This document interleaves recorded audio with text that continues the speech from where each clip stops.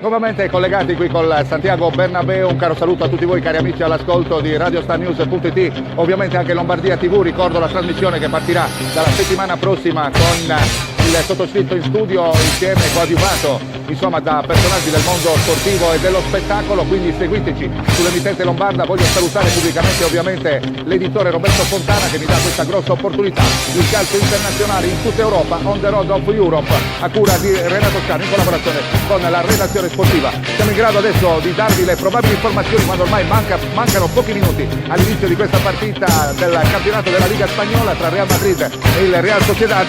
Madrid dovrebbe già scendere in campo con Keylor, Danilo, Varane, Sergio Ramos e Nacho, ancora Casemiro, Toni Kroos e Kovacic, quindi Lucas, Benzema e Ronaldo. L'allenatore, ricordiamo, è Zinedine Zidane. Dalla parte opposta il Real Sociedad col 4-3-3 dovrebbe scendere in campo con Rubin Porta, Zaldúa, Navas, Íñigo Martínez ed Héctor sulla linea difensiva. Poi abbiamo Iarra, Zarutusa, Gavi Prieto al centrocampo, il trio d'attacco composto da Carlos Vela, Oyarzabal e William José.